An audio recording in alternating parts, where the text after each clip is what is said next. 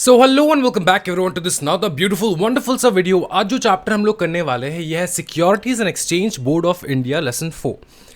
ये securities and exchange board of India act 1992 से आया है। Securities and exchange board of India समझ में आ रहा है। अब ये जो सेबी है ना, इसको हम लोग कहते हैं सेबी, SEBI। आज हम लोग सेबी के बारे में सब कुछ जानने वाले, सब कुछ। इसका मम्मी कौन है, इसका पापा कौन है, इसका बीवी कौन है, इसका डॉटर कौन है, इसका सन इन लॉ कौन है, सब चीज़ हम लोग जानने वाले हैं सेबी के बारे में आज के आज। ठीक है, तो securities and exchange board of India, इसको ना हम लोग और एक नाम से जानते हैं। इसको हम लोग जानते वॉच डॉग के नाम से। Watch dog, watch dog. एक चीज बताओ, डॉग किस काम में सबसे ज्यादा यूज आता है? हाँ, तो पेट तो रखते हो आप, कोई दिक्कत वाली बात नहीं है, लेकिन अगर हम लोग देखें कि इसका सबसे ज्यादा बेनिफिट क्या है रखने के लिए, तो पहला है वो सिक्योरिटी। सिक्योरिटी सिक्योरिटी देता है आपको डॉग, है ना। वो आपके घर के आसपास देख के रखता है, निगरानी पे रखता है। वो देखता है कि कौन आ रहा है, कौन जा रहा है, कौन घुस रहा है, कौन किस प्रकार से बिहेव कर रहा है ना। तो ये काम है डॉग का। सेबी भी इसी प्रकार से काम करता है, इसलिए उसको हम लोग बताया है, उनका नाम जो है हम लोगों ने दिया है वॉच डॉग। तो वॉच डॉग का मतलब ये होता है कि वो वॉच करता है, देखता है।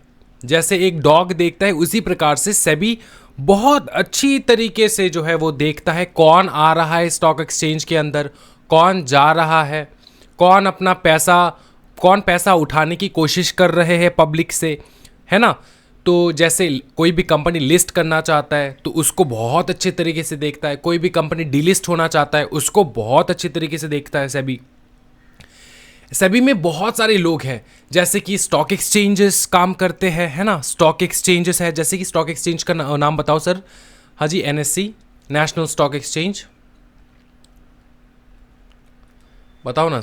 National stock exchange, BSE, Bombay stock exchange. ठीक है, तो स्टॉक एक्सचेंज के ऊपर लिस्टिंग होता है उनके शेयर्स का, है ना। उनके इक्विटी शेयर्स का लिस्टिंग होता है।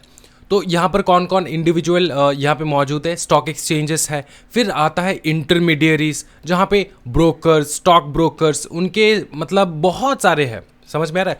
तो इतने सारे इंडिविजुअल्स, इंस्टीट्यूशंस जब एक साथ काम करते हैं, इसको देखने के लिए तो कोई चाहिए होगा भाई, कि कौन किस प्रकार से। और सबसे बढ़िया इंटरेस्टिंग बात तो ये है कि सारा जो है ना, सारे ये लोग जो है ना, वो लोग काम करते हैं मनी रिलेटेड, पैसा रिलेटेड। समझ में आ रहा है? जहाँ पे पब्लिक का पैसा लगा हुआ है, जहाँ पे पब्लिक का पैसा लगा हुआ है, समझ में आ रहा है? पब्लिक बहुत ट्रस्ट करके ये गैम्बल करते हैं कंपनीज के ऊपर, समझ में आ रहा है?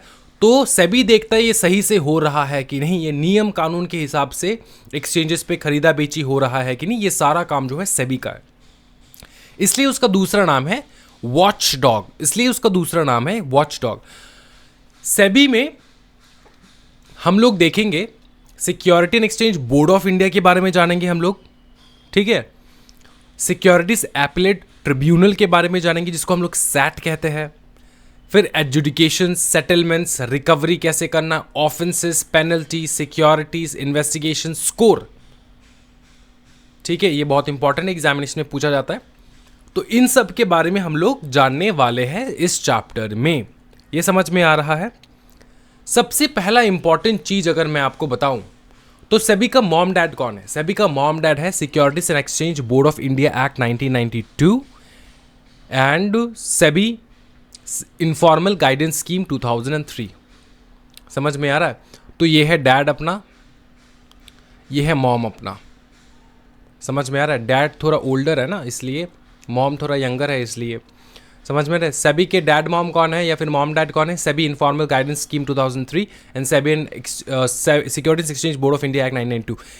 इन ये मॉम डैड क्यों है? क्योंकि देखो, मॉम डैड का काम क्या होता है? डायरेक्शन देना, है ना। तो ये भी डायरेक्शन देते हैं, और बच्चे का काम क्या होता है? सुनना उस डायरेक्शन को।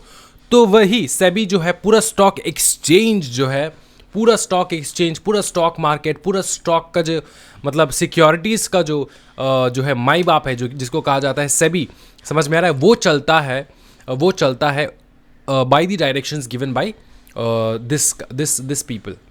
Who are these people? These are the mom and dad of SEBI. This is the mom and dad of SEBI. That is SEBI Informal Guidance Scheme 2003 and Securities Exchange Board of India Act 1992. ये समझ में आ चुका, कोई दिक्कत वाली बात नहीं है. इंट्रोडक्शन करने की कोई ज़रूरत नहीं है. इंट्रोडक्शन रीड कर लेना है आपको कि ये क्या है. मैंने इंट्रोडक्शन दे दिया आपको, ठीक है. ऑब्जेक्टिव क्या है सेबी का, ये बताओ सर. ऑब्जेक्टिव क्या है? ऑब्जेक्टिव क्या है? 6 ऑब्जेक्टिव्स है. अगर मैं बताऊं ना आपको, नॉर्मली 6 ऑब्जेक्टिव है. यहां पर कितना दे के रखा है एक बार देख लूं मैं. यहां पर कॉम्पोजिशन से स्टार्ट हो गया है, फंक्शंस हो गया है, ड्यूटीज आ चुके हैं. ऑब्जेक्टिव्स में सिर्फ 3 यहां पर दे के रखे हैं. ओके. पहला, to protect the interest of the investors in securities. मतलब जो इन्वेस्टर्स है, जैसे कि आप और मैं, वो इन्वेस्ट करते हैं कंपनीज के सिक्योरिटीज में, उनका इंटरेस्ट प्रोटेक्ट करके रखने के लिए सेबी काम करता है. सेबी का ऑब्जेक्टिव ही यही है. प्रोमोट करता है डेवलपमेंट सिक्योरिटीज मार्केट में, रेगुलेट करता है सिक्योरिटीज मार्केट को for the matter connected therewith on incidental thereto. मतलब सिक्योरिटीज मार्केट से रिलेटेड कोई भी मैटर है उसको रेगुलेट करता है अपना सेबी. समझ में आ रहा है? तो ये 3 मेजर ऑब्जेक्टिव जो है वो आप याद करके रख सकते हो. मेरे हिसाब से 6 में अभी के अभी आपको 6 लिखवा सकता हूं यहां पे, ठीक है. लिखवा दूं क्या? हाँ सर लिखवा दो ना. पहला तो प्रोटेक्शन ऑफ, ये वाला पहला कर लेते हैं हम लोग, इसको ए कर लेते हैं, ठीक है. फिर है प्रोमोट डेवलपमेंट एंड सिक्योरिटीज, इसको बी कर लेते हैं, ठीक है. फिर रेगुलेशन बोले इन लोगों ने, तो इसको कर लेते सी, ए बी सी, ठीक है. अब डी में क्या आता है सर? हाँ, promoting fair dealing. Promoting fair dealing. जो आप पैसा दे रहे हो उसके हिसाब से आपको सिक्योरिटीज मिल तो रहा है ना. Promoting fair dealing. ई, यहां पर हम लोग लिख सकते हैं डेवलपिंग लिखते हैं. Developing code of conduct. क्या बताओ? Code of conduct. किन के लिए sir? For intermediaries. For intermediaries.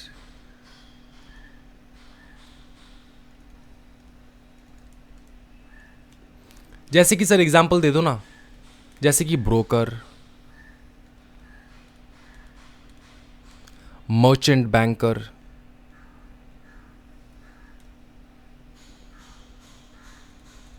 Broker, merchant banker, ठीक है, एक्सेट्रा लिख देते हैं यहाँ पे. मर्चेंट बैंकर ये एक ही इंसान है, इसको अलग अलग मत समझ लेना. ब्रोकर, मर्चेंट बैंकर, ये हम लोग सीखेंगे आगे जाके, टेंशन मत लो. तो ये समझ में आ चुका है. कितना है? अच्छा, और एक लिखवा दूँ क्या? हाँ जी लिखवाते, 6 हो जाएगा. मॉनिटर भी तो करता है, मॉनिटरिंग. लिखो क्या? मॉनिटरिंग द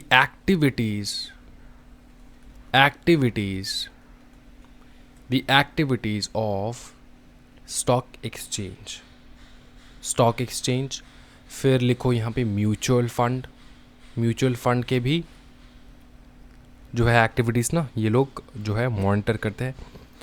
फिर लिखो मर्चेंट बैंकर, फिर से मर्चेंट बैंकर एक्सेट्रा, ठीक है. ये 6 पॉइंट ये 6 पॉइंट लिखवाने का रीज़न है. मैं इसलिए लिखवा रहा हूँ ना 6 पॉइंट, क्योंकि सेबी में अगर आपको ऑब्जेक्टिव्स पूछ ले एग्जामिनेशन में, 3 लिख कर आओगे, बोलोगे सर मेरे को तो बुक में 3 ही है सर, मेरे को तो पता नहीं है. और ये सारे जो ना कॉमन सेंस वाला ऑब्जेक्टिव्स है, समझ में आ रहा है. तो अगर आपको ये सेबी वाला चैप्टर आता है ना, तो आप ये सारे लिख सकते हो. आप 6 के आप 10-11 लिख सकते हो. समझ में आ रहा है ना. तो मैंने 6 लिखवाए सो द एग्जामिनेशन में आपको 5 के 5 मार्क मिल जाए, 6 के 6 मार्क मिल जाए, जितना भी मार्क्स आपको आ रहा है उतना मिल जाए. समझ में आ चुका है सर, आगे बढ़िए। एस्टैब्लिशमेंट देखेंगे, इनकॉर्पोरेशन ऑफ सेबी बोर्ड। अब देखो, सेबी सेबी तो एक इंस्टीट्यूशन है ना, है ना। इसका तो एक बोर्ड चाहिए होगा जिसमें बोर्ड ऑफ डायरेक्टर्स बैठेंगे जो सेबी को चलाएंगे, है ना, जो सेबी को चलाएगा। समझ में आ रहा है? हाँ जी। क्या बताया यहाँ पे, बोले सेक्शन 3 कहता है कि सेबी का जो एक्ट है ना वो प्रोवाइड कर रहा है कि वहाँ पे एक बोर्ड होना चाहिए। There shall be a board by the name of, जिसका नाम होगा securities and exchange board of India. ठीक है, established as a body corporate having perpetual succession and a common seal with power to acquire, hold and dispose of property both movable and immovable, to contract and shall by the said name sue or be sued. The head office of the board shall be at Mumbai. अच्छा सुनो अच्छे से सुनो। तुमको body corporate का definition आता है ना कंपनी लॉ से? हाँ जी, वही बॉडी कॉर्पोरेट का डेफिनेशन यहाँ पे चिपका दिया इन लोगों ने, तो वही आपको पढ़ना है। क्यों चिपकाया सर? क्योंकि ये जो SEBI security and exchange board of India है ना, security and exchange board of India है, securities and exchange board of India SEBI, ये एक बॉडी कॉर्पोरेट है, एक इंस्टीट्यूशन है। मैंने बताया था ना, तो इंस्टीट्यूशंस क्या होता है? Body corporate. समझ में आ रहा है? वो एक बॉडी कॉर्पोरेट है। बॉडी कॉर्पोरेट का ये सारा रहता है फीचर्स, ये सारा रहता है फीचर्स। समझ में आ चुका है? बॉडी कॉर्पोरेट है, having perpetual succession common seal. मतलब परपेचुअल सक्सेशन मतलब कोई भी एक बोर्ड का मेंबर अगर मर जाए तो बोर्ड बंद नहीं हो जाता। सेबी का जो बोर्ड है, SEBI security exchange board of India, ये बंद नहीं हो जाएगा। समझ में आ रहा है? ये बंद नहीं हो जाएगा, क्योंकि जैसे हम लोग देखते हैं ना कि एक जैसे कि अगर Hindu family, joint Hindu family या फिर पार्टनरशिप में अगर देख लेना हम लोग, ऐसे कॉन्ट्रैक्ट्स रहते हैं जहाँ पे एक पार्टनर मर गया ना तो दूसरा पार्टनर जो है दुकान को बंद कर देता है, बिजनेस को बंद कर देना पड़ेगा। समझ में आ रहा है? उस प्रकार से नहीं है ये एक बॉडी कॉर्पोरेट का मेन फीचर ही यही है कि अपने ओनर से अलग है। ओनर और बॉडी कॉर्पोरेट एक नहीं होता, ओनर से अलग है। तो कोई भी ओनर मर गया यहाँ पे, जैसे कि ओनर इन ए सेंस मैं कह रहा हूँ कि ये बोर्ड के मेंबर्स, डायरेक्टर्स जो यहाँ पे बैठते हैं, समझ में आ रहा है, वो अगर मर गए ना, वो अगर मर गए तब भी बोर्ड चलता रहेगा। कोई किसी दूसरे को अपॉइंट कर लेंगे हम लोग। समझ में आ रहा है? इसी को कहा जाता है परपेचुअल सक्सेशन। कॉमन सील रहता है उनका, सेबी का एक सील रहता है ना, खुद का सील रहता है। उनके पास पावर है कि वो होल्ड कर पाए, प्रॉपर्टी आपके नाम कर पाए या प्रॉपर्टी बेच पाए, बोथ मूवेबल इमूवेबल प्रॉपर्टी, फिर कॉन्ट्रैक्ट कर पाए अपने खुद के नाम से, किसी को सू कर पाए और खुद भी सू हो पाए। समझ में आ रहा है? किसी को सू कर पाए और खुद भी सू हो पाए। इसका मतलब क्या होता है? इसका मतलब ये होता है कि आपके पास कैपेबिलिटी होना चाहिए कि आप किसी को सू कर पाओ, आपके पास वो ऑथोरिटी होना चाहिए, और ये भी ऑथोरिटी होना चाहिए कि कोई आप पे सू कर दे। एक बात बताओ कि यार रास्ते पे अगर कोई भी मतलब डॉगी अगर चल रहा है तो क्या तुम इस डॉगी पे सू कर सकते हो? हाँ जी, सू कर सकते हो। डॉगी रास्ते पे चल रहा है, आपको काट दिया, आप उसके सू कर सकते हो? नहीं, उसके पास कैपेबिलिटी नहीं कि आप उसको सू कर पाओ। उसके पास वो कैपेबिलिटी है ही नहीं। कैपेबिलिटी किसके पास रहता है? इंसानों के पास, बॉडी कॉर्पोरेट्स के पास। तो यही है। समझ में आ रहा है ना? समझ में आ रहा है? इसके पास कैपेसिटी है कि तुम इसको सू कर सकते हो और तुम खुद भी सू हो सकते हो। मतलब सेबी चाहे किसी को सू कर सकता है और आप भी सेबी को सू कर सकते हो, एकदम इंसानों जैसा। आर्टिफिशियल इंसान है, नेचुरल पर्सन नहीं है। हेड ऑफिस कहाँ पे होना चाहिए? मुंबई पे। ठीक है। फर्दर बोर्ड में establish offices eight other places in India. Board को जहाँ जहाँ पे सही लगे वहाँ पे अलग अलग ऑफिस रखेंगे, लेकिन हेड ऑफिस हमेशा होगा मुंबई पे। क्या ये समझ में आ रहा है? कॉम्पोजिशन देख ले बोर्ड का। एक चेयरमैन बैठेगा, 2 मेंबर बैठेगा from amongst the official of the ministry of the central government dealing with finance and administration of companies act 2013। ठीक है, तो सेंट्रल मिनिस्ट्री से दो बंदे बैठेंगे। समझ में आ रहा है? जो कि डील करता हो कंपनीज एक्ट के साथ। रिजर्व बैंक का एक बंदा बैठेगा। ठीक है। फिर 5 अदर मेंबर्स बैठेंगे whom at least 3 shall be the whole time member to be appointed by the central government। तो और 5 बैठेंगे, इन 5 में से 3 जो है उनको होल टाइम मेंबर होना होगा जो कि अपॉइंट होगा बाय सेंट्रल गवर्नमेंट। तो यहाँ पे 5, यहाँ पर 1 और यहाँ पे 2, यहाँ पे 1 चेयरमैन। कितना हो गया? 5 6 7 8 9, इन टोटल 9। क्या ये समझ में आ रहा है? एक chairman, 2 members from amongst the official ministry of central government dealing with finance and administration of companies act 2013, ठीक है, जो कि कंपनीज एक्ट 2013 को डील करता है, चलाता है, देखता है, ठीक है। उन वहाँ से 2 आदमी बिठाओ, ठीक है। एक तो चेयरमैन बैठेगा, 1 member बैठेगा amongst the officials of reserve bank, वहाँ से एक बंदा बैठेगा और 5 अलग से। क्या ये समझ में आ चुका है आपको? हाँ सर समझ में आ चुका। अगर समझ में आ चुका है तो वीडियो को ज़रूर लाइक कर दो भाई मेरे, फटाफट लाइक कर दो वीडियो को। तुम लोग लाइक काहे नहीं करते? मेरे को ये समझ में नहीं आता। मतलब क्या होता क्या है? मतलब लाइक कर देने से हो क्या जाएगा? तुमको इतना अच्छा नॉलेज मिल रहा है तो लाइक कर देना वीडियो को, ज़रूर ज़रूर लाइक कर देना, ठीक है। ओके देखो उसके बाद क्या बताया यहाँ पे, जनरल प्रोविजंस है, देखेंगे एक बार। बोले the general superintendence direction and management of the affairs of the board shall vest in a board of member which may exercise all powers, do all acts and things which may be exercised or done by the board, ठीक है।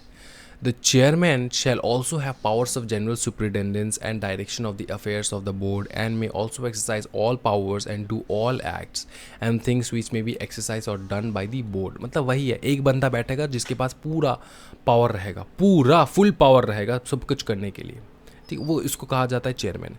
The chairman and other members shall be the person of ability, integrity, standing who have shown capacity in dealing with problems relating to securities market और of special knowledge और experience of law, finance, economics, accountancy, administration और in any other discipline which in the opinion of the central government shall be use to the board. अब एक बात बताओ, अब सेबी में बंदे बिठा रहे हो, क्या बिठा रहे हो? बोर्ड मेंबर्स बिठा रहे हो, बोर्ड में मेंबर्स बिठा रहे हो। और मेंबर्स क्या मतलब? ऐरा गैरा नत्थु कह रहा, हाँ बताओ ना। अब लालू जी को बिठा दोगे बोर्ड में? हाँ जी बताओ ना। अब लालू जी को, अब राहुल गांधी जी को बिठा दोगे बोर्ड में, बताओ फिर क्या हो जाएगा? वहाँ उनका एक्सपर्टीज़ है क्या? नहीं है। उनका एक्सपर्टीज़ है क्या? नहीं है। नरेंद्र मोदी के पास एक्सपर्टीज़ है क्या? नहीं है। मोदी साहब भी नहीं बैठ सकते यहाँ पे, मोदी जी भी नहीं बैठ सकते, राहुल गांधी भी नहीं बैठ सकते, इंदिरा गांधी तो छोड़ दो, सोनिया गांधी भी नहीं बैठ सकते, कोई नहीं बैठ सकता, एपीजे अब्दुल कलाम भी नहीं बैठ सकते, नहीं बैठ सकते इस बोर्ड में। क्यों? उनके पास सिक्योरिटीज से रिलेटेड, स्टॉक एक्सचेंज से रिलेटेड कोई एक्सपर्टीज नहीं है। समझ में आ रहा है? समझ में आ रहा है? तो उससे रिलेटेड अगर आपके पास एक्सपर्टीज है, इंक्लूडिंग लॉ का एक्सपर्टीज, फिनेंस का एक्सपर्टीज, इकोनॉमिक्स का एक्सपर्टीज, अकाउंटेंसी का एक्सपर्टीज, एडमिनिस्ट्रेशन का एक्सपर्टीज, ठीक है, और इन एनी अदर डिसिप्लिन, तब जाके आप बैठ सकते हो। समझ में आता है? तो यहाँ पर जो लोग बैठेंगे ना, वो लोग वैसे होंगे जिनको आता है प्रॉब्लम सॉल्व करना, problems related to the stock exchange. समझ में आ रहा है? Problems relating to securities market. समझ में आ रहा है? ओके अच्छा, functions and powers of SEBI देखेंगे, ठीक है। फंक्शंस ऑफ सेबी यहाँ से स्टार्ट होता है, यहाँ पे बस सेक्शंस वगैरह जो है। सेक्शन 11 कहता है function of SEBI. Section 11A कहता है टू रेगुलेट और prohibit issue of prospectus, offer document और advertisement soliciting money for issue of securities. तो अगर आप पैसा मांगते हो पब्लिक से, कैसे मांगोगे? इशू करोगे ना प्रोस्पेक्टस, तो उससे रिलेटेड का डील करता है ये वाला सेक्शन। और ये तो सेबी के फंक्शंस का, और ये वाला वही prohibition of issue of prospectus वगैरह। अगर तुमको प्रोस्पेक्टस इशू करने के लिए मना कर रहे हैं तो क्यों, किस प्रकार से, कौन सा सेक्शन राइट देता है सभी को? ये वाला सेक्शन राइट देता है। Section 11AA to regulate collective investment scheme. आगे जाके देखेंगे section 11B power to issue directions and levy, penalty लगवाएगा। Section 11C investigation. Section 11D cease and desist proceeding. तो इसको एक बार रट्टा लगा लेना, ठीक है, रट्टा लगा लेना, रट्टा, कि कौन सा सेक्शन क्या करवाता है। आगे देखो ड्यूटी ऑफ सेबी। वैसे तो ज़्यादा कुछ ड्यूटी यहाँ पर बताया नहीं शायद, ओके ओके। पहला, regulate the securities market. Of course ये तो बेसिक ड्यूटी है सेबी का। रेगुलेट करेगा ना, वो देखेगा किस प्रकार से सेबी चल रहा है, किस प्रकार से सेबी को चलाना चाहिए, पूरा रूल्स एंड रेगुलेशन बनाता है। किस प्रकार से स्टॉक मार्केट, सिक्योरिटीज मार्केट चल रहा है, पूरा रूल्स एंड रेगुलेशन बनाता है SEBI. Promote development of securities market, protect the interest of investor. कितना बताए, सेम चीज फंक्शंस में ऊपर में देखे सर हम लोग ऑब्जेक्टिव में। सेक्शन 11 सबसेक्शन 2 क्या कहता है पता है? कुछ मेजर्स देते हैं, measures taken to regulate securities market. अच्छा, सिक्योरिटीज मार्केट को तुमको रेगुलेट करना है, कैसे करोगे? यही मेजर्स है, यही तरीका है कैसे रेगुलेट होता है। Regulating the business in stock exchange and any other securities market. तो जितने भी स्टॉक एक्सचेंजेस है, ठीक है, उनका पूरा बिजनेस रेगुलेट करता है ये सेबी। ठीक, कैसे चलना है, किस प्रकार से होना है। Registering and regulating the working of stock broker, sub broker, share transfer agent. ये भाई पूरा पढ़ेंगे हम लोग, ये सारा चीज़ एक एक करके, इस चैप्टर में नहीं, आगे जाके, क्यों इस चैप्टर में है नहीं, आगे जाके हम लोग देखेंगे स्टॉक ब्रोकर कौन है भाई, सब ब्रोकर कौन है भाई, शेयर ट्रांसफर एजेंट कौन है, बैंकर्स कौन है, bankers to an issue actually कौन है, trustee of trust deed, registrar to an issue, merchant bankers, underwriters, portfolio managers, investment advisers and such other intermediary. ये सब जो है ना इंटरमीडियरीज के अंदर आता है। तो इनका रजिस्ट्रेशन, इनको लाइसेंस देना कि तुम काम कर सकते हो ये सब, ठीक है, ये सारा कंट्रोल करता है, ये सारा कंट्रोल करता है सेबी। ठीक है, ओके। और रेगुलेट भी करता है, सिर्फ ऐसा नहीं कि लाइसेंस देके छोड़ देता है, रेगुलेशन भी लगाता है कि कैसे, किस प्रकार से आपको काम करना है। उसके बाद registering and regulating the working of the depositories, participants, custodians of securities, foreign institutional investors, credit rating agencies, such other intermediaries as SEBI may notify. तो ये जो सारे आप लोग वर्ड सीख रहे हो ना यहाँ पे, कस्टडियंस, पार्टिसिपेंट्स, डिपॉजिटरीज, ब्यूटिफुल कॉन्सेप्ट है।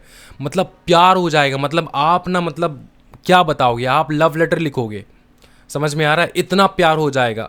ये सारे कॉन्सेप्ट्स इतना ब्यूटीफुल है, आगे जाके देखेंगे जहाँ पे ये चैप्टर्स है, समझ में आ रहा है। क्रेडिट रेटिंग एजेंसीज पूरा एक चैप्टर है इसके ऊपर, समझ में आ रहा है। तो ये इंटरमीडियरीज है। इंटरमीडियरीज का मतलब समझा दो सिर्फ सर। इंटरमीडियरीज वो होता है ना जो आपका पब्लिक और स्टॉक एक्सचेंज के बीच में काम करता है, समझ में आ रहा है। तो ये सारे इंटरमीडियरीज हैं, इतने सारे इंटरमीडियरीज हैं, समझो बाबू। फिर देखो, registering and regulating the work of venture capital fund and collective investment schemes, promoting and regulating self regulatory organisations, prohibiting fraudulent and unfair trade practices relating to securities market. ये सारा डेफिनेशंस तो आपको आता ही होगा। अनफेयर ट्रेड प्रैक्टिस मतलब जो कि जिस प्रकार से फेयर ट्रेड नहीं होता है, तो इनको प्रोहिबिट करता है, इनको रोकता है। Promoting investor education, training and intermediates of securities market, prohibiting insider trading in security. भैया चैप्टर है, चैप्टर इनसाइडर ट्रेडिंग के ऊपर। फिर regulating substantial acquisition of shares and takeover of companies. कैसे, देखो ये तो स्टॉक एक्सचेंज के बारे में पढ़ रहे हम, सिक्योरिटीज मार्केट के बारे में पढ़ रहे। तो एक कंपनी का 100% शेयर्स अगर आपने सिक्योरिटीज अगर आपने एक्वायर कर लिया तो वो बन जाएगा आपका, क्या बताओ ना, होली ओन सब्सिडरी। तो इस प्रकार से आप जो एक्वायर कर रहे हो, एक कंपनी दूसरे कंपनी को एक्वायर कर रहे हो, टेक ओवर कर रहे हो, उसका पूरा रूल्स एंड रेगुलेशंस जो है वो सेबी बताता है कि कैसे, किस प्रकार से आपको करना है, कैसे नहीं करना है। तो मतलब अगर मैं बताऊं ना किसी भी सीएस के लिए ना, पहला तो आपका माई बाप है कंपनीज एक्ट, उसके बाद है सेबी, ठीक है, कंपनीज एक्ट के बाद आता है सेबी। तो इन दोनों में आपको पैरेलली काम करना होगा, समझ में आ रहा है, पैरेलली काम करना होगा। कुछ चीज़ें जो है वो सेबी में लिखा है, कुछ चीज़ें जो है वो लिखा है आपके कंपनीज एक्ट में। तो इस प्रकार से आपको काम करना होगा, समझ में आ रहा है। और एक इंटरेस्टिंग बात बताता हूँ, अगर कंपनीज एक्ट में कुछ लिखा है और सेबी में कुछ लिखा है, दोनों अगर अलग अलग है तो आपको मानना होगा सेबी का, कंपनीज एक्ट का नहीं। क्यों? क्योंकि आप लिस्टेड कंपनी हो, लिस्टेड हो तभी ना जाके सेबी आपका माई बाप बनता है। अगर आप ऐसे प्राइवेट कंपनी हो तो थोड़ी ना सेबी आपका कोई लगता है, कुछ नहीं लगता। आपको सीए का ही फॉलो करना है, सीए मतलब कंपनीज एक्ट और कोई नहीं। आपको कंपनीज एक्ट का ही फॉलो करना पड़ता है, समझ में आ रहा है। तो इसीलिए, और अगर आपके ऊपर सेबी लागू हो गया तो तब तो भैया माई बाप आपका पहला बन जाता है सेबी, उसके बाद कंपनीज एक्ट। रजिस्ट्रेशन वगैरह करवा लो कंपनीज एक्ट के अंदर, उसके बाद सेबी जो कहता है वही करो, समझ में आ रहा है। सेबी बन जाता है आपका मम्मी एंड कंपनीज एक्ट बन जाता है आपका पापा। मम्मी का बात थोड़ा ज़्यादा सुनते हो ना आप, तो उसी प्रकार से समझ में आ रहा है। उसी प्रकार से लिस्टेड कंपनीज का मम्मी का बात थोड़ा ज़्यादा सुनना होगा, मतलब सेबी को थोड़ा ज़्यादा प्रेफरेंस देना होगा, उसके बाद कंपनीज एक्ट को। ये समझ में आ रहा है कि ये चीज़ ओके क्योंकि सेबी बनाया गया है ना स्पेसिफिकली लिस्टेड कंपनीज के लिए, सिक्योरिटीज जिनका सिक्योरिटीज लिस्टेड है, levying fees and other charges, conducting research for above purposes. तो ये सारा जो है आपको पढ़ लेना है, जितना मैंने मार्किंग करवाया उतना करो, इससे ज़्यादा आपको करने की ज़रूरत नहीं। ये मेजर्स है taken to regulate securities market. क्या ये समझ में आ चुका है? हाँ सर, समझे भाई मेरे? हाँ जी, कोई दिक्कत वाली बात नहीं है सर। सेबी का एड्रेस बता सकोगे सर? मेरे को मेल करना है सर सेबी को। तुमको एड्रेस जानना है? सच्ची में बता दूं, प्रॉमिस। हाँ जी, सेबी का एड्रेस लिख लो फटाफट, मैं बताता हूँ यहाँ पे, किसी को नहीं बताना है, ठीक है। सेबी का एड्रेस बता दो। हेड ऑफिस कहाँ पे है सेबी का?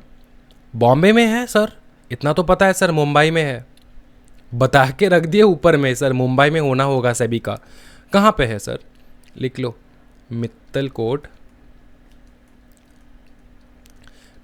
कोट बी विंग मतलब क्या, जैसे A wing, B wing, C wing होता है ना, अलग अलग बिल्डिंग्स वगैरह, तो ये बी विंग वाला वहीं पे जाना है, ठीक है सर। आप जाके आए हो? हाँ जी भाई मेरे, 244 Nariman point. Sir pin code बता दो, बॉम्बे 412321। समझे? ये है एड्रेस, समझे भाई मेरे? चलो चलते हैं सेबी के पास और सीखते हैं सेबी से कुछ। वहाँ पे मत जाना, कुछ नहीं कर पाओगे, कुछ नहीं सिखाएंगे, बहुत पैसा लेते हैं वो लोग सिखाने के लिए, समझ में आ रहा है?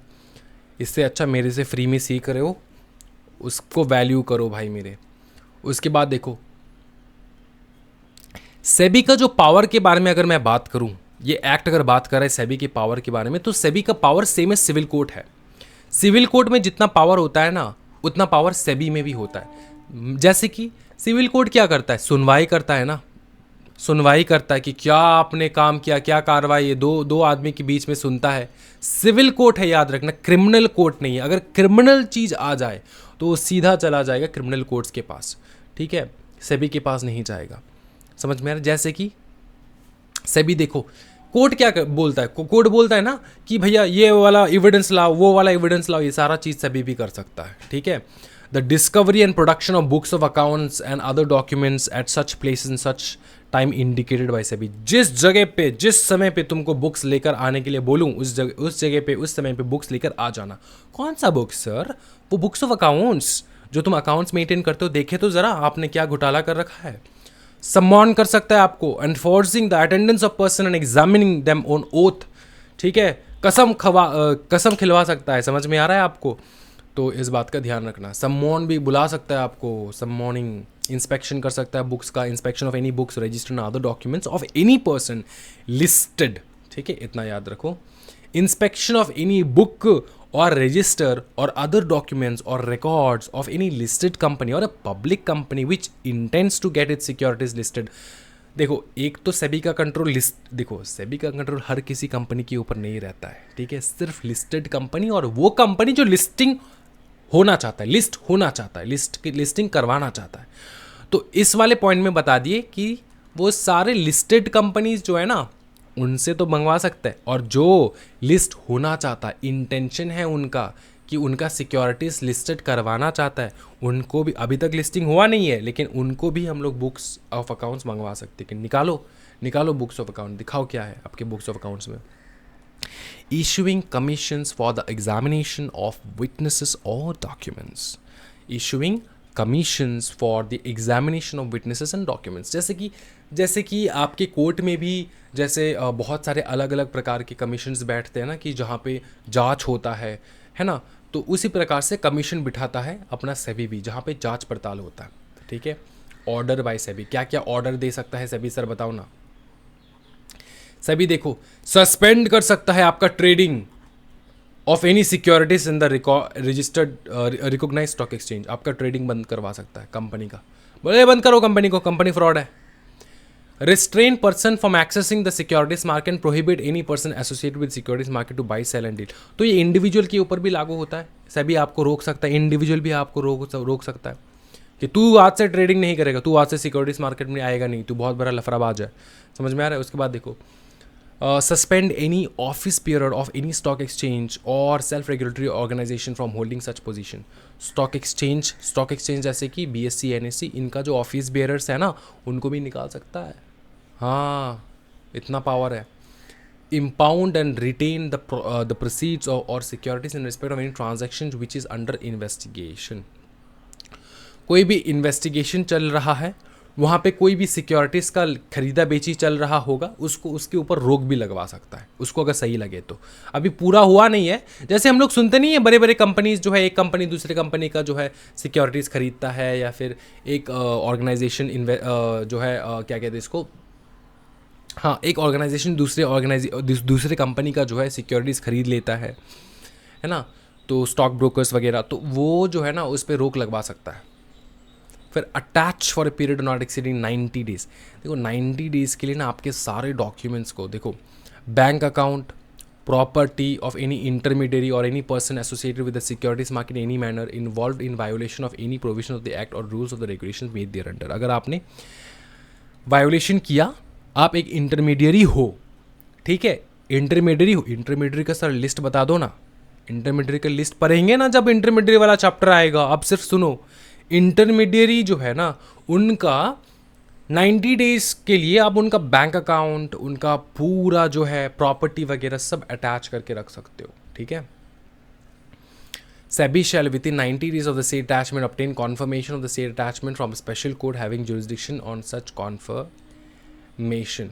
However, SEBI shall within 90 days of the said attachment obtain confirmation of the said attachment from the special court. इसका मतलब ये होता है 90 डेज़ के अंदर अंदर SEBI स्पेशल कोर्ट में जाके कॉन्फर्मेशन ले सकता है कि हम लोग इसको रिटेन कर रहे हैं। पहले रिटेन करेगा, फिर कॉन्फर्मेशन कर लेगा। Further only property, bank account और अकाउंट्स और एनी ट्रांजैक्शन एंटर्ड देयरिन। इसका मतलब ये होता है कि जितना, देखो किसी भी चीज़ के साथ डील हो रहा है, ठीक है, यहाँ पे बहुत सारे लोग ड्रॉ कर दिया मैंने, लोग तो नहीं चाहिए यहाँ पे, मैं समझाता हूँ आपको। देखो बहुत इजी है, देखो दो ट्रांजैक्शन हो रहा है, दो आदमी के बीच में कोई ट्रांजैक्शन हो रहा है रिलेटिंग टू सिक्योरिटीज़। तो वो जो सिक्योरिटीज़ है ना, उससे रिलेटेड बहुत कुछ है, जैसे कुछ बिल्डिंग्स, ठीक है, एसेट्स, ठीक है, लैंड, इन सब को ना, लैंड नहीं बोलेंगे, बैंक अकाउंट क्या बोल सकते हैं, बैंक अकाउंट, इन सब को अटैच कर सकता है। इनमें अटैच करने का मतलब क्या होता है, सीज कर लेना। समझ में आ रहा है? तो उतना ही सीज करो जितना इस ट्रांजैक्शन से रिलेटेड है। अब इन दोनों आदमी का पर्सनल एसेट्स भी सीज मत कर लियो, घर बार वो सब भी सीज मत कर लेना। तो उतना ही only property, bank account of any transaction entered therein so far as it relates to the proceeding actually involved in violation of such provisions or rules thereunder shall be allowed to be attached। ठीक है, उतना ही जितना violet हुआ है, जितना उसने भूल काम किया है, उसके हिसाब से तुम अटैच करो। तुम उसका घर बार सब कुछ अटैच मत कर लेना। Direct any intermediary or any person associated with the securities market in any manner not to dispose or alienate any asset forming part of the transaction which is under investigation। देखो कोई अगर investigation, एलिनेट का मतलब होता है transfer करना, तो कोई अगर इन्वेस्टिगेशन चल रहा है तो उससे रिलेटेड कोई सिक्योरिटीज़ है, तो इसको ना डिस्पोज कर देना, ना ट्रांसफ़र कर देना जब तक कि ना इन्वेस्टिगेशन ख़त्म हो जाए। तो इस प्रकार का डायरेक्शन दे सकता है सेबी। समझ में आ रहा है? ओके, आगे बताओ सर। आगे है power of SEBI to regulate or prohibit issue of prospectus, offer document, advertisement, soliciting money for issue of securities। तो SEBI क्या करेगा? देखो अगर तुम प्रोस्पेक्टस इशू कर रहे हो ना, प्रोस्पेक्टस इशू कर रहे हो मतलब पब्लिक से पैसा उठा रहे हो, तो सेबी का भैया दुनिया में अगर सबसे स्ट्रॉन्गेस्ट स्टॉक मार्केट है ना, उसमें से नंबर 1 आता है सेबी। बहुत दिक्कत है भाई, सेबी ऐसे मामूली नहीं है, सेबी बहुत डेंजर है।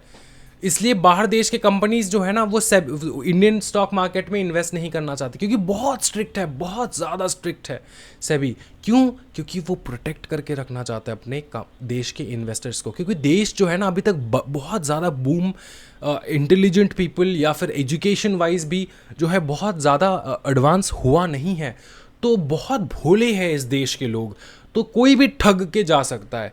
इसलिए जो है ना, इसलिए सेबी बहुत ध्यान रखता है अपने इन्वेस्टर्स का। समझ में आ रहा है? ओके। कैसे ध्यान रखता है? रेगुलेशन पास करता है, स्पेशल ऑर्डर्स पास करता है। स्पेशल ऑर्डर्स जैसे कि ये सारे रेगुलेशंस, जैसे कि ये सारे regulations which matter relating to issue of capital, the matter in which such matter shall be disclosed by the companies। फिर prohibit any company from issuing prospectus, order देगा ना, प्रोहिबिट कर देगा, ए तू प्रोस्पेक्टस इशू नहीं करेगा। एनी ऑफर डॉक्यूमेंट और advertisement soliciting money from public for the issue of securities, specify the condition subject to which the prospectus such offer document advertise is not if not prohibited may be issued.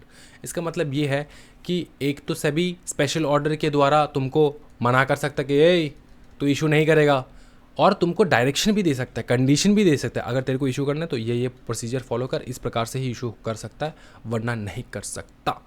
क्या ये समझ में आ रहा है? बहुत ज़्यादा इंपॉर्टेंट है।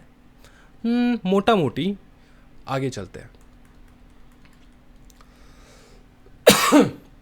सॉरी, ये जो है ना power to regulate collective investment scheme, ये हम लोग दूसरे चैप्टर में करेंगे, लेसन 18 में करेंगे पूरा, ठीक है। यहाँ पे सिर्फ इतना दे के रखा है, यहाँ पे कुछ नहीं है पढ़ने लायक। ओके, ये वाला topic, section issue, power of issue directions and Levi penalty, कितना पेनल्टी लगा सकता है, क्या लगा सकता है, और अगर हाँ तो किस प्रकार का डायरेक्शन पास कर सकते हैं, वो सारा चीज। सेबी में इशू सच डायरेक्शन, किसको? पर्सन को एंड कंपनी को। यहाँ पे पर्सन बोल दिया और यहाँ पे कंपनी बोल दिया, ध्यान में रखना है, ठीक है। पर्सन और क्लास ऑफ पर्सन, ठीक है, और यहाँ पे company in respect of matters relating to issue of capital, transfer of securities, वही बात है जो सिक्योरिटीज के साथ डील करता है publicly, and other matters incidental thereto as may be appropriate in the interest of the investors in securities and securities market. ये समझ में आ चुका है, कोई दिक्कत वाली बात नहीं सर। आगे देखेंगे, आगे यहाँ पे ये पता है, in the interest of the investor, order development of securities market, prevent the affairs of any intermediary or other persons referred to section 12 being conducted in a manner detrimental to the interest of the, ये थोड़ा ना मतलब जो है boring होता जा रहा है, क्योंकि ये सेम चीज़ रिपीट कर रहे हैं यहाँ पे। तो यही है ना कि इंटरमीडियरीज को मना करेंगे कि किस प्रकार से आपको काम करना है और किस प्रकार से काम नहीं करना है, दोनों बताएंगे, और आपको रोकेंगे अगर आपने किसी भी मैनर में आप काम कर रहे हो जो कि नुकसानदायक है, डेट्रीमेंटल है to the interest of the investors. समझ में आ रहा है? और securities market to secure the proper management of any such intermediary और पर्सन। ओके, अच्छा, यहाँ से शुरू होता है इन्वेस्टिगेशन। इन्वेस्टिगेशन का ग्राउंड्स देखेंगे, duty to produce accounts and records देखेंगे, पावर ऑफ इन्वेस्टिगेशन अथॉरिटी देखेंगे, पीरियड ऑफ कस्टडी देखेंगे, एग्जामिनेशन ऑन ओथ देखेंगे, फेलियर इन कंप्लायंस देखेंगे। सबसे पहला, इन्वेस्टिगेशन अगर शुरू हो रहा है तो क्या ग्राउंड्स होगा इन्वेस्टिगेशन का, वो बताओ। सर सुनो ना, मैंने ना हाल फिलहाल सुना है कि एक कंपनी के ऊपर इन्वेस्टिगेशन हो रहा है। अगर हो रहा है तो वो ग्राउंड्स क्या है इन्वेस्टिगेशन का? सेबी कब इन्वेस्टिगेशन शुरू कर सकता है? Number 1, the transaction and securities are being dealt with a manner detrimental to the investors or the securities market। Securities market में ट्रांजैक्शन इस प्रकार से हो रहा है जो कि इन्वेस्टर्स के लिए अच्छा नहीं है, सिक्योरिटीज मार्केट के लिए भी अच्छा नहीं है, तब इन्वेस्टिगेशन शुरू कर देगा। नंबर 2, एनी इंटरमीडियरी और any person associated with the securities market, उसने वायोलेट किया है प्रोविजंस को, इस एक्ट के प्रोविजंस को। सिक्योरिटीज एंड एक्सचेंज जो है यहाँ का जो एक्ट है, securities exchange board of India, जिस एक्ट के थ्रू रन होता है, ठीक है, सभी एक्ट, उसका पूरा जो है प्रोविजंस उसने जो है वायोलेट किया है। एंड अदर रूल्स और regulations made directed by SEBI thereunder, या तो एक्ट का वायोलेशन किया है या फिर सेबी ने जो तुमको डायरेक्शन दिया है वो डायरेक्शन तुमने माना नहीं है, तो इन दोनों ग्राउंड्स के ऊपर स्टार्ट कर सकता है वो अपना इन्वेस्टिगेशन। क्या क्या ड्यूटी रहेगा? Duty to produce accounts and record. जैसे इन्वेस्टिगेशन शुरू हो जाएगा, हर manager, managing director, officer, employ, हर intermediary, every person associated with securities market, उनका काम क्या रहेगा? To preserve and produce to the investigation authority या तो इन्वेस्टिगेटिंग अथॉरिटी और any person authorised by in his behalf सारे बुक्स, सारे रजिस्टर, सारे डॉक्यूमेंट्स, सारे रिकॉर्ड्स जो रिलेट करता हो कंपनी के साथ, वो सारा प्रोड्यूस करके रखना होगा। समझ में आ रहा है? हाँ जी, ठीक है। एज द केस में B of the relating to intermediate और such person which are in the custody of the power, मतलब कस्टडी और पावर मतलब जिनके पास वो है, जिनके पास, जिसके कस्टडी में है, वो सारे बुक्स एंड रिकॉर्ड्स प्रोड्यूस करो। सभी को देखना है, सभी को इन्वेस्टिगेट करना है। Power of investigation authority, investigation authority का पावर क्या है? वो आस्क कर सकता है बुक्स ऑफ अकाउंट्स। इतना याद रखो सिर्फ, ठीक है। ये पूरा सेंटेंस में यही बताया, ask for books of accounts. वो बुक्स ऑफ अकाउंट्स तुमसे मांग सकता है। कितने दिन के लिए रख सकता है? 6 महीने तक रख सकता है अपने पास। उसके बाद दे देना होगा, 6 महीने के बाद तुमको रिटर्न कर देना होगा। समझ में आ रहा है? हाँ जी, देखो, any record produce for 6 months and after that या फिर thereafter shall return the same to any intermediate any person. जिससे भी तूने लिया है उसको दे दो वापस। 6 महीने तक रखो तुम्हारे पास, तुमको जो इन्वेस्टिगेशन करना है करो, उसके बाद तुम उसको रिटर्न कर दो। तुमको एग्जामिन भी कर सकता है ऑन ओथ, कसम खिलवा के भी तुमसे पूछ सकता है चीज़ें। समझ में आ रहा है? और झूठ बोल दिया तो भैया फाइन कितना लगेगा? देखो, ये सारे हैं तुम्हारे क्राइम्स और ये लगेगा तुम्हारे ऊपर फाइन, ठीक है। Fine in a sense penalty भी लग सकता है, तुम्हारा जेल वगैरह भी हो सकता है। तो क्या क्या पाप काम किया? देखो, if any person fails without reasonable cause और रिफ्यूजेस, अगर तुम रिफ्यूज़ कर रहे हो या फिर तुम फेल हो चुके हो प्रोड्यूस करने के लिए तुम्हारे books, register, other document, any information, तुमको इन्वेस्टिगेशन अथॉरिटी ने बुलाया, तुम गए नहीं, ठीक है, तुमसे कुछ क्वेश्चन पूछा, तुमने बताया नहीं, ठीक है, to sign the notes on of any examination, कोई भी एग्जामिनेशन हुआ उसके ऊपर तुमने सिग्नेचर वगैरह कुछ नहीं किया, तो इम्प्रिजनमेंट हो सकता है 1 साल तक, फाइन लग सकता है 1 करोड़ तक, या फिर दोनों हो सकता है, ठीक है। और देखो, 1 करोड़ तक का फाइन है, लगाएंगे 1 करोड़ तक का फाइन, और रोज का तुमको 5 लाख रुपए का फाइन लगवाएंगे वो लोग। जैसे कि सर मतलब समझाओ। मतलब ऐसा होता है ना, तुमने क्राइम किया, इस क्राइम को तुम ठीक करो, मेक इट गुड। जब तक गुड नहीं करते, तुमने क्राइम किया ना, 1 करोड़ पैसा ले लेंगे। जब तक गुड नहीं करते, हर रोज 5 लाख करके लेंगे तुमसे, ठीक है। 5 lakh rupees for every day after the first, during the failure और रिफ्यूजल कंटिन्यूस। अगर कंटिन्यू हो रहा है, अगर आपने कंटिन्यू, देखो, अगर तुमने फेलियर एंड रिफ्यूजल मतलब क्या? तुमको बुक्स मांगा, तुमने दिया नहीं, तुमने फर्निश करने बोला इन्फॉर्मेशन, तुमने किया नहीं, तुम फेलियर हो चुके हो, तुम रिफ्यूजल कर रहे हो, तुम दे नहीं रहे हो, तुमको अपीयर करने के लिए बोला, आ जाओ मेरे सामने, तुमसे पूछताछ करना है, तुम गए नहीं, यू आर फेलियर। तो जब तक गए नहीं उसके पास, तब तक 5 लाख रुपए लगता रहेगा तुम्हारे ऊपर। जैसे कि राम नहीं, शाम को इन्वेस्टिगेशन अथॉरिटी ने बुलाया, इन्वेस्टिगेटिंग अथॉरिटी ने बुलाया, नहीं गया, फाइन लगवा दो। कितना? 1 करोड़। कितना दिन हुआ नहीं आया? 5 दिन हो गया। एवरी डे का 5 लाख रुपए का फिर से लगेगा। एवरी डे 5 मतलब 25 लाख रुपीज़ होता जाएगा उसका, मतलब एवरी डे, जब तक कि ना उसके सामने आए, इन्वेस्टिगेशन अथॉरिटी के पास आए। समझ में आ रहा है? ऐसे कंटिन्यूइंग डिफॉल्ट इसको कहते हैं। क्या नोट्स ऑफ एग्जामिनेशन? हाँ, be used in evidence against him. मतलब आप एग्जामिनेशन कर रहे हो ना, इन्वेस्टिगेशन अथॉरिटी क्या करता है? इन्वेस्टिगेट करता है, उसका नोट्स लिखता है, वो नोट्स जो है वो एज एन एविडेंस यूज़ कर सकते हो आप against him. Scissor of record? हाँ, सीज कर सकते हो सारे रिकॉर्ड्स। देखो, सीज कब करोगे रिकॉर्ड? कब करोगे? तुम इन्वेस्टिगेटिंग अथॉरिटी हो, तुम सीज कब करोगे रिकॉर्ड? जब तुमको लग रहा है कि वो जो रिकॉर्ड है ना, उसको डिस्ट्रॉय कर देंगे, म्यूटिलेट करेंगे, ऑल्टर करेंगे, फॉल्सिफाइड कर देंगे, ठीक है।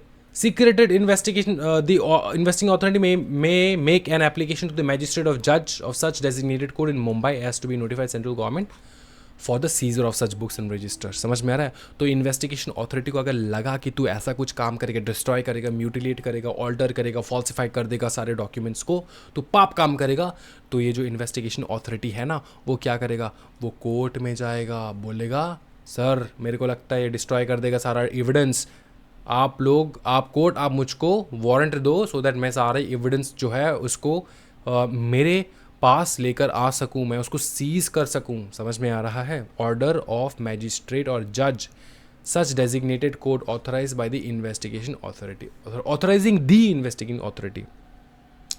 क्या क्या ऑथराइजेशन हो सकता है, क्या क्या ऑथराइजेशन दे सकता है ये कोर्ट इन्वेस्टिगेशन ऑथोरिटी को, क्या क्या पावर दे सकता है? To enter with such assistant as may be required the place और places where such books register. क्योंकि देखो, तुम पुलिस ऑफिसर हो, तुम ऐसे किसी के बिल्डिंग में घुस जाओगे नहीं, जब तक वारंट नहीं है तुम नहीं जा सकते। तो कोर्ट कैसे हेल्प करता है? वारंट इशू करता है, तो वही असिस्टेंस कोर्ट प्रोवाइड करता है बाय इशूइंग वारंट। तुम फिर बिंदास सर्च कर सकते हो, बिंदास जा सकते हो प्लेस एंड प्लेसेस में, ठीक है, बुक्स एंड रजिस्टर को कैप्चर करने के लिए। टू सर्च के लिए वारंट निकाल सकता है ना, search the place and those places manners specified in the code, seize करना बुक रजिस्टर। तो इस प्रकार का पावर दे सकता है कोर्ट इन्वेस्टिगेटिंग ऑथोरिटी को कि तुम जाओ, कहाँ पे जाना है सर, सारी जगह पे चले जाओ, जाओ मैं तुमको पावर दे रहा हूँ, डॉक्यूमेंट्स रिकॉर्ड्स को लेकर आओ, ठीक है, किसी भी जगह पे जाना है जाओ, फिर सीज कर लो बुक्स को। समझ में? इस प्रकार का पावर। एग्जाम्शन है, सुनो, एग्जाम्शन है, सुनो, एग्जाम्शन है। अगर आप एक लिस्टेड कंपनी हो और a public company which intends to get its securities market listed on any recognized stock exchange unless such company includes in insider trading and market manipulation, तो मैजिस्ट्रेट जो है ना ऑथराइज नहीं करेगा बुक सीज करने के लिए अगर आप एक लिस्टेड पब्लिक कंपनी हो। ठीक है, अगर आप एक लिस्टेड पब्लिक कंपनी हो या फिर आप इंटेंशन है आपका कि आप लिस्ट होगे, कब कब नहीं करेगा, कब कब ये कोर्ट परमिशन नहीं देगा लिस्टेड कंपनी को। सुनो, लिस्टेड कंपनी या फिर वो कंपनी, प्रपोजिंग लिस्टेड कंपनी लिखते हैं, ठीक है, जो कि प्रपोज कर रहे हैं, इंटेंट कर रहे हैं, इंटेंडिंग लिस्टेड कंपनी जो कि लिस्ट होना चाहता है, उनके जो बुक्स है, रजिस्टर है, डॉक्यूमेंट्स है, रिकॉर्ड है, उनको जो है ना ऑथराइज नहीं कर सकता कोर्ट सीज करने के लिए। ठीक है, कब ऑथराइज नहीं कर सकता? Any time. लेकिन अगर वो लोग इन्वॉल्व्ड है in insider trading and market manipulation, तब सीज हो सकता है। इनसाइडर ट्रेडिंग के ऊपर पूरा चैप्टर है, सीखेंगे हम लोग, ठीक है, भीतरी इंफॉर्मेशन से मार्केट का प्राइस, स्टॉक्स का प्राइस मैनिपुलेट होना, मार्केट मैनिपुलेशन। तो ये सारा चीज़ अगर कर रहा है कंपनी तो सीज कर लो। क्या ये समझ में आ रहा है? हाँ जी। रिटर्न कर सकता है, हाँ, shall kept for such period not later than conclusive of the investigation, conclusion of the जब तक कि ना इन्वेस्टिगेशन खत्म हो जाए तब तक रखो। इन्वेस्टिगेशन खत्म हो चुका है फिर आपको रिटर्न करना होगा। क्या ये समझ में आ चुका है आपको? ओके, यहाँ तक रखते हैं आज का क्लास, यहाँ से नेक्स्ट क्लास हम लोग करेंगे। अगर आपको वीडियो बहुत ज़्यादा पसंद आया तो ज़रूर लाइक कर देना, कोई डाउट है तो कमेंट सेक्शन पे डाउट पूछ सकते हो आप। आज के वीडियो में इतना ही भाई मेरे, thank you so much everyone, happy learning guys, bye bye and take care.